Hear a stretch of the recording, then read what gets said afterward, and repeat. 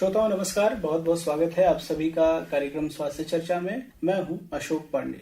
श्रोताओं, जैसा कि हम सभी जानते हैं कि हर साल 4 फरवरी को विश्व कैंसर दिवस के रूप में दुनिया भर में मनाया जाता है। क्या कारण है इसके पीछे?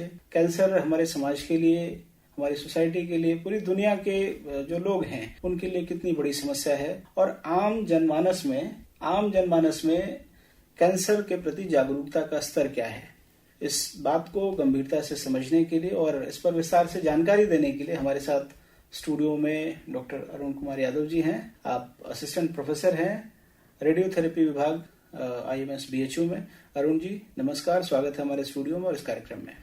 बहुत बहुत धन्यवाद अशोक जी। मैं डॉक्टर अरुण हूँ।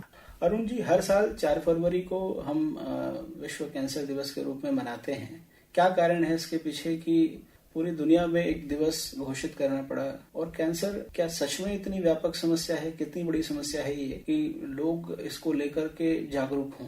विश्व कैंसर दिवस एक जो 4 फरवरी को मनाते हैं उसका एक पर्टिकुलर थीम होता है जो हर 3 साल के लिए होता है। इस बार भी जो थीम है वो यूनाइटेड बाय यूनिक है, जो 2025 से लेकर 2027 तक है। क्योंकि समस्या गंभीर है इसीलिए शायद हर बार थीम बदलना पड़ता है। वो लोगों की जरूरत के हिसाब से, उनके मरीजों की, उनकी समस्याओं के हिसाब से वो हर साल बदलता रहता है, हर 3 साल में बदलता रहता है। इस बार जो थीम हुआ है वो यूनाइटेड बाय यूनिक है। हर एक मरीज यूनिक है, हर मरीज की जरूरत यूनिक है, हर मरीज का इलाज यूनिक है। तो हमें मरीज को प्राथमिकता देना है, वही शायद इस बार थीम है। अच्छा, कैंसर की जो एक आम इमेज है लोगों में वो क्लियर नहीं होती है कि कैंसर है क्या, इसको कैसे समझा जाए। तो आसान भाषा में अगर समझाने का प्रयास करें जो हमारे श्रोता अब इस प्रोग्राम को सुन रहे हैं, तो वो कैसे समझ सकते हैं कि कोई भी बीमारी कैंसर का रूप कब धारण कर लेती है? कैंसर को अभी अगर माना जाए तो लोग सोचते हैं एक तरह का डेथ वारंट हो गया है, कैंसर हो गया बस अब कुछ नहीं होना है। कैंसर क्यों होता है? हमारी बॉडी में चेक पॉइंट्स होते हैं। जैसे हमारे समाज में सब कुछ स्थिति सही से चले तो हमारे पास पुलिस होती है, वो चेक करती है कि सब कुछ है। ऐसे हमारी बॉडी के अंदर भी बहुत सारे पुलिस होते हैं। जब वो चेक पॉइंट्स गड़बड़ हो जाते हैं और कोई चीज अनकंट्रोल्ड तरीके से बढ़ने लगती है तो वो कैंसर का रूप ले लेती है। लोग समझते हैं कि कैंसर हो गया अब कुछ नहीं होगा, अब बस अभी अंत है। तो इस धारणा को हमें बदलना है क्योंकि अब ऐसा नहीं है। अब विज्ञान बहुत ज्यादा एडवांस कर चुका है, चिकित्सा पद्धति बहुत ज्यादा एडवांस कर चुकी है। तो अब हमें इस धारणा को बदलना है कि आप शुरुआती स्टेज में कैंसर का इलाज बहुत हद तक संभव है और बहुत हद तक ठीक हो जाते हैं लोग। तो वो देरी ना करें, हम उस चीज को जाने समझें, उन लक्षणों को जल्दी से पहचानें और जल्दी से हम उपचार के लिए हम विशेषज्ञों से मिलें ताकि हम उनको शुरुआती स्टेज में ही पकड़ लें जहां पे वो बहुत हद तक या माने तो 100% भी कुछ बीमारियों में बिल्कुल ठीक हो सकता है। अरुण जी, लक्षणों की आपने बात की, तो ऐसे रेड साइंस या सिग्नल्स क्या हो सकते हैं कि कोई एक आम व्यक्ति आसानी से ये पहचान कर पाए कि ये जो लक्षण है फला व्यक्ति में, हमारे घर के किसी सदस्य में, परिवार के किसी सदस्य में ऐसा लक्षण अगर आ रहा है तो आसानी से उसकी पहचान की जा सके कि ये कैंसर हो सकता है। इसके लिए विशेषज्ञ से मिलने की आवश्यकता है।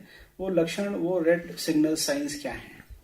देखिए, सबसे ज्यादा मुख्य अगर देखा जाए तो हमारे पास मुख का कैंसर है, ओरल कैंसर जिसे कहते हैं। अगर कोई छाला है जो आपको लग रहा है, अमूमन छाले सबको हो जाते हैं, लेकिन कुछ छाला है जो बहुत लंबे टाइम तक भर नहीं रहा है, ठीक नहीं हो रहा है और वो एक उस पे कुछ सफेद सी परत सी जम रही है या कुछ ऐसा है, तो वो एक चिंता का विषय है। वो हमें जरूर डॉक्टर से सलाह लेनी चाहिए। महिलाओं में देखें तो स्तन कैंसर सबसे ज्यादा पाया जाता है। अगर कोई गांठ है स्तन में, जो आप सेल्फ ब्रेस्ट एग्जामिनेशन भी एक चीज होती है, अगर आप उसको देख रहे हैं कोई गांठ है जो आपको लग रहा है कि धीरे धीरे वो छोटी थी अब बढ़ रही है या कुछ है उसमें, या आपको लग रहा है कि निप्पल के रास्ते कोई स्त्राव हो रहा है या ब्लड आ रहा है, तो ये स्तन कैंसर के रेड साइंस होते हैं। ऐसे ही आपको लग रहा है कि आपकी सांस फूल रही है, बहुत दिन से खांसी आ रही है, कुछ है ऐसा जो आप नॉर्मल मेडिकेशंस ले रहे हैं उससे ठीक नहीं हो रहा है, तो आपको जरूर कंसल्ट करना चाहिए। ये तो कुछ ऐसे कॉमन चीजें हैं जहां भी आपको लगता है और आपके मन में अगर शंका भी है तो विशेषज्ञ आपके लिए हमेशा उपलब्ध है। और हमारे पास हर दिन ओपीडी है वहां पर बनारस में, कैंसर की ओपीडी है। जरूरी नहीं है कि आप कैंसर ओपीडी में सिर्फ इसलिए आ रहे हैं कि आपको कैंसर है। आप हमसे परामर्श ले सकते हैं, हमसे सलाह ले सकते हैं और अपनी काउंसलिंग के लिए भी आप हमारे पास आ सकते हैं कि ये हमारा डाउट है, आप हमें बता सकते हैं कि क्या कैंसर तो नहीं है। अरुण जी, कई बार होता है कि परिवार में अगर पुरानी कोई हिस्ट्री है, कोई कैंसर का मरीज रहा है पैटर्नल साइड में, मैटरनल साइड में, तो क्या इस बीमारी को जेनेटिक बोलना उचित होगा? और दूसरी चीज कि इस बीमारी से प्रभावित होने वाला जो एज ग्रुप है वो क्या कोई पर्टिकुलर एज ग्रुप है या बच्चों से लेकर के और बुजुर्गों तक किसी को भी ये समस्या हो सकती है? सर देखिए, जहां तक जेनेटिक बीमारी है वो कुछ बीमारियों में है ऐसा, बट ये 100% ऐसा नहीं है कि सब जेनेटिक ही है। हाँ, कुछ बीमारियों में रहता है, उसका एक रोल होता है, बट वो 100% नहीं होता है, पहली बात। और दूसरी बात ये है कि ये बात मुझे कहना बहुत जरूरी है कि कैंसर कोई छुआछूत की बीमारी नहीं, या साथ रहने से, साथ बैठने से, रहने से, इन सबसे कैंसर फैलता नहीं है। और तीसरी बात ये है कि जो कैंसर के बारे में जो लोग की एक धारणा है कि हम कैंसर अगर हो गया है तो क्या आप हमारे इनको था तो उनको था, बट उसकी कुछ अपनी अपनी एक अलग गाइडलाइंस हैं जिनको आप डॉक्टर से जब सलाह लेंगे तो वो आपको बताएंगे कि हाँ आपको ये टेस्ट करना है। या जैसे किसी को ब्रेस्ट कैंसर था पहले से, तो उसकी अगर बेटी है तो उसको 10 साल पहले डायग्नोसिस, 10 साल पहले से उसको सतर्क रह के कुछ टेस्ट करने होते हैं, कुछ जांचें करनी होती हैं। तो वो जब भी आप किसी चिकित्सक से परामर्श लेंगे तो वो आपको गाइड करेंगे उस चीज की। और ऐसा कोई पर्टिकुलर एज ग्रुप सर, जहाँ एज ग्रुप की बात है ना सर, जैसे जब हम पढ़ाई करते थे कैंसर के बारे में तब एक था कि नहीं ये एक बड़ों की बीमारी है, लेकिन आज के जमाने में ऐसा नहीं है। आज मैं एक ओरल कैंसर के मरीज, मैंने 21 साल के मरीज को भी ओरल कैंसर देखा है, बहुत ही यंग 18 साल की लड़की में भी ब्रेस्ट कैंसर देख लिया है। उनके कारण अलग हो सकते हैं, लेकिन अब कोई एज ग्रुप ऐसा इम्यून नहीं है कि ये पर्टिकुलर इस एज ग्रुप में है। अरुण जी, हमने लक्षणों की बात कर ली। सामान्य तौर पर जो लक्षण आते हैं, इसको अगर आसान भाषा में कहें तो किसी भी कोशिका का अचानक लगातार बढ़ते रहना, ये कैंसर हो सकता है। जी सर। बाकी उसके एग्जामिनेशन के अलग अलग तरीके हैं। जब आप विशेषज्ञ के पास जाते हैं तो आपको सलाह देते हैं। जी सर। जी। बहुत सारी भ्रांतियां हैं कैंसर को लेकर के कि अगर किसी को हो गया तो ठीक नहीं होता है। अभी शुरू में आपने जिक्र किया कि बहुत सारे लोग मानते हैं कि भाई किसी को है तो उसके साथ बैठने से, भोजन करने से या उसकी किसी वस्तु का इस्तेमाल करने से क्या हमें वो लक्षण आ सकते हैं। तो भ्रांतियों पर विशेष रूप से हम चर्चा करना चाहेंगे, क्योंकि जो ग्रामीण क्षेत्र के जो श्रोता हैं वो आज भी इस बीमारी को लेकर के उनमें जागरूकता का जो स्तर है वो काफी कम है। तो भ्रांतियों को हम कैसे दूर कर सकते हैं? सर, इसके लिए ही आपका माध्यम सबसे अच्छा माध्यम है। शायद आज आपने मुझे इसका मौका दिया। और भ्रांतियां दूर करने के लिए सबसे ज्यादा जागरूकता की ही जरूरत है। जागरूकता इसलिए भी जरूरी है क्योंकि कई बार लोग उनको सोशल आउटकास्ट करने लगते हैं कि कैंसर हो गया है, नहीं अब इसको ये, क्योंकि हम कई बार ओपीडी में ऐसा झेलते हैं कि लोग इलाज कराने नहीं जाते। हमने तो कई बार देखा कि महिलाओं को कैंसर हो गया तो उनको दिखाने नहीं जा रहे हैं। हमने ये भी देखा है कि मरीज अगर खाने में दिक्कत है, उसके खाने की नली पड़ी हुई है तो लोग उसको टेम्पो पे नहीं बैठा रहे हैं। ये सब चीजें मरीजों ने हमें बताया, ये सब चीजें, तब हमें भी इस चीज के बारे में जानकारी हुई है। बिल्कुल भ्रांतियां हैं और इनको दूर करने का ये माध्यम सबसे अच्छा है। कुछ भ्रांतियों के बारे में मैं बताना चाहूंगा कि ये डेथ वारंट नहीं है, कैंसर लाइलाज बीमारी नहीं है, बशर्ते आप शुरुआत में आए और सही परामर्श सही जगह से लें। आप इधर उधर की जानकारी लेके इधर से झाड़ फूक के चक्कर में ना पड़ के एक विशेषज्ञ से सलाह लें तो कैंसर का बिल्कुल इलाज हो सकता है शुरुआती स्टेज में। दूसरी बात है कि सिर्फ बड़ों को होता है या किसी को भी हो सकता है, तो कोई अब एज ग्रुप इम्यून नहीं है। अब आपको कैंसर के पेशेंट्स एज ग्रुप्स में दिखते हैं मूलतः अभी आज की परिस्थिति में। फिर ये है कि क्या कुछ कैंसर्स हैं जिनके हम कुछ चीजों से बचा सकते हैं। बिल्कुल, कुछ कैंसर्स हैं, जैसे अब आजकल आपने सुना है कि हमारे भारत में ही सर्वावैक वैक्सीन बन रही है। ये सर्विक्स के कैंसर और एनल कैंसर के कैंसर से बचाती है, 90% से उसकी संभावना को कम करती है। और अब ये BHU में भी फैसिलिटी अवेलेबल है, आप सब्सिडाइज रेट में गवर्नमेंट ऑफ इंडिया देती है उसको और आप वैक्सीन लगाइए। ये 9 साल से 26 साल तक की महिलाओं में आप इस वैक्सीन को लगवा सकते हैं। तो ये सब जानकारियां जब तक आम जनमानस में नहीं पहुंचेगी तो लोगों की ये भ्रांतियां बनी रहेंगी और उनको लगेगा नहीं भाई कैंसर है तो अब सब कुछ बिगड़ जाएगा। अरुण जी, हम बनारस में बैठ कर के इस विषय पर चर्चा कर रहे हैं। तो बनारस में ओपीडी में जब आपके पास जो मरीज आते हैं, स्पेशली क्योंकि BHU एक ऐसा हब है कि यहाँ पर सिर्फ पूर्वांचल की बात करना बड़ा छोटा हो जाएगा। देश भर से मरीज आते हैं यहाँ पर, अन्य जो आसपास के राज्य हैं वहां से मरीज आते हैं। तो आमतौर पर सामान्यतः जो मरीज आते हैं वो किस तरह के कैंसर से ज्यादातर ग्रसित पाए जाते हैं? सर, यहाँ पर जो सबसे ज्यादा मरीज मैंने देखे हैं वो ओरल कैंसर देखे हैं, साथ साथ मैंने स्तन कैंसर देखे हैं बच्चेदानी के मुख के जो कैंसर होते हैं, उसको सर्विक्स कैंसर कहते हैं, वो भी यहाँ पर देखा है मैंने, और लिम्फोमास भी मैंने देखे हैं। तो ये अगर ओपीडी में देखा जाए तो इस तरह से मिला जुला ही पेशेंट्स यहाँ पे सबसे ज्यादा आते हैं। फिर कुछ और भी प्रकार हैं वो, लेकिन उनकी संभावना थोड़ी, वो मरीज हमें थोड़े कम ही देखने को मिलते हैं। अच्छा, कैंसर के ट्रीटमेंट में समय का बड़ा महत्व है। जी सर। जितनी जल्दी ये बीमारी पकड़ में आ जाए जांचों के माध्यम से या विशेषज्ञ के परामर्श के माध्यम से, उतनी जल्दी इसका इलाज शुरू हो सकता है।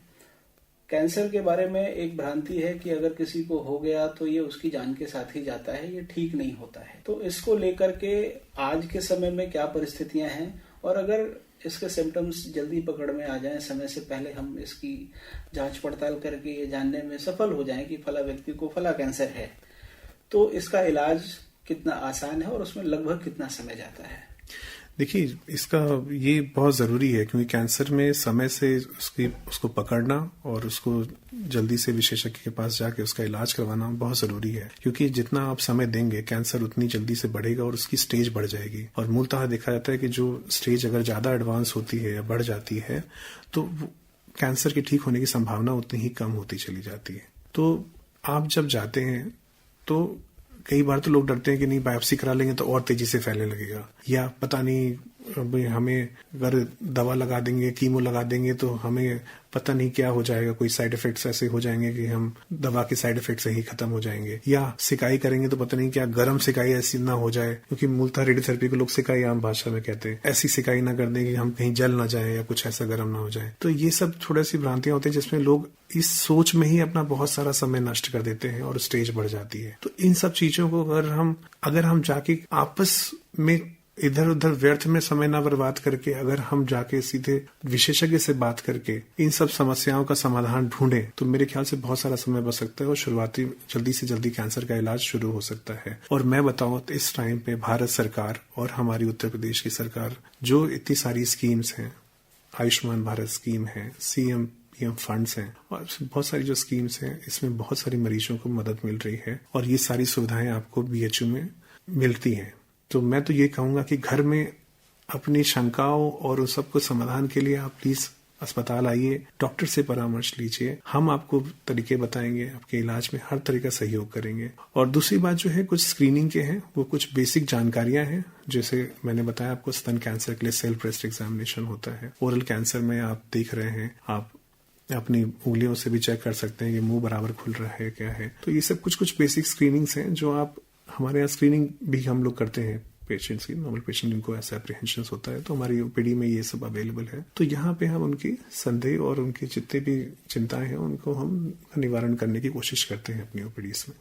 बीमारी के बारे में कहा जाता है precaution is better than cure. तो प्रिकॉशनरी ऐसे क्या स्टेप्स हैं हम जिनको अपना करके जिन भी बीमारियों का हमने जिक्र किया उनसे बच सकते हैं? ऐसी क्या क्या प्रिकॉशंस, क्या क्या सावधानियां हम बरत सकते हैं? अपनी भोजन शैली में हम क्या बदलाव कर सकते हैं, अपनी जीवन शैली में हम क्या बदलाव कर सकते हैं कि भविष्य में हम इस तरह की बीमारियों से बचे रह सकें और स्वस्थ रहें? जी सर, सबसे पहले तो है कि हमारी जीवन शैली जो है, हमें समय से सोना, समय से उठना चाहिए।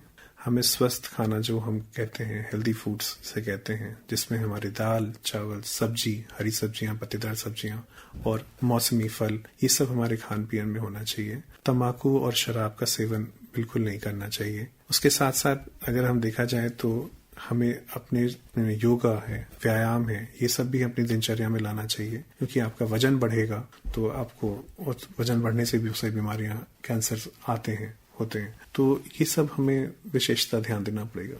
अरुण जी, अब धीरे धीरे वक्त हो रहा है कार्यक्रम को समाप्त करने का। तो जो श्रोता अभी हमारे इस कार्यक्रम को अपने मोबाइल फोन पर, रेडियो सेट पर या कार में सुन रहे हैं, उनको आज स्टूडियो से क्या सलाह देना चाहेंगे, क्या सुझाव देना चाहेंगे कि वो और उनके परिवार के लोग इस भयानक बीमारी से बचे रह सके? मैं यही कहना चाहूंगा कि प्लीज कैंसर से डरिए मत। अगर कैंसर है या आपको कोई भी शंका है तो प्लीज बनारस हिंदू विश्वविद्यालय में हम हर दिन ओपीडीज करते हैं कैंसर की। आप आइए हमारे पास, हम आपको बताएंगे, हम आपको जानकारी देंगे, हम आपकी चिंताओं को कम करेंगे। और इसके साथ साथ मैं कहूंगा कि स्वस्थ जीवन शैली को प्लीज अपनाइए, नशा छोड़िए, तंबाकू और सिगरेट का सेवन कम से कम करिए। अरुण जी, आप आए, आपने समय दिया हमारे श्रोताओं को विश्व कैंसर दिवस के अवसर पर जो कैंसर को लेकर के सामाजिक भ्रांतियां हैं उनको दूर करने का प्रयास किया। आपको बहुत बहुत धन्यवाद।